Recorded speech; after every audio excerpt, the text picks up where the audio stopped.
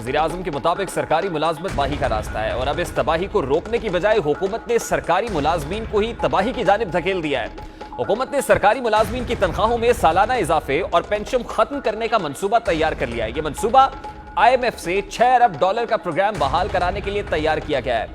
आलमी इदारे ने सरकारी मुलाजमीन की तनख्वाहों पर सालाना इंक्रीमेंट खत्म करने की शर्त कर रखी थी। इस हवाले से इस्लाहात कमीशन ने सिफारिशात हुकूमत को भिजवा दी हैं, जिसके बाद दिसंबर में तनख्वाहों में सालाना इंक्रीमेंट नहीं मिलेगा।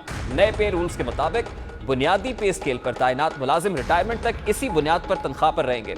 इस इकदाम से हुकूमत रिटायरमेंट के वक्त कम पेंशन अदा करेगी और इस इकदाम से अलाउंसेस इंतहाई कम मिकदार में बढ़ेंगे। आज इसी हवाले से ईवान बाला यानी सेनेट में भी भरपूर मज़ामत की गई है। यह सवाल पैदा होता है कि जहां महंगाई सालाना नहीं बल्कि रोजाना की बुनियाद पर बढ़ती है, जहां बुनियादी जरूरत की अशिया की कीमतों में आए रोज इजाफा हो रहा है, वहीं सरकारी मुलाजमीन को सारी जिंदगी एक ही तनख्वाह पर गुजारा करने पर मजबूर करना कहाँ का इंसाफ है।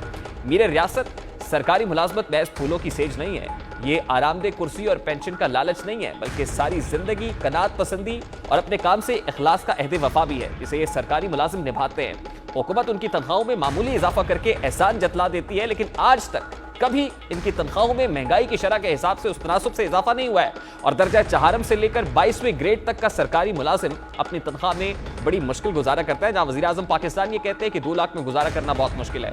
मेरे रियासत जब रियासत किसी मुलाजिम को उसके काम के बराबर उसकी ज़रूरियात के मुताबिक एजाजिया नहीं देती तो मुल्क में रिश्वत का रास्ता हमवार होता है। मेरी रियासत सरकारी मुलाजमीन की पेंशन की रकम उनकी तनख्वाह से काटी जाती है, जो उन्हें मुद्दत मुलाजमत खत्म होने पर अदा की जाती है, लेकिन महज आलमी इदारे की शराइत पर सरकारी मुलाजमीन की तनख्वाहों पर कुल्हाड़ा चलाना समझ से बालातर है। हमारा काम आपके दर पर दस्तक देना है। उम्मीद है कि आप नोटिस जरूर लेंगे, लेकिन उस तरह का नोटिस नहीं होगा जैसा चीनी के मामले पर, पेट्रोल के मामले पर या फिर आटा बहरान के मामले पर होता है।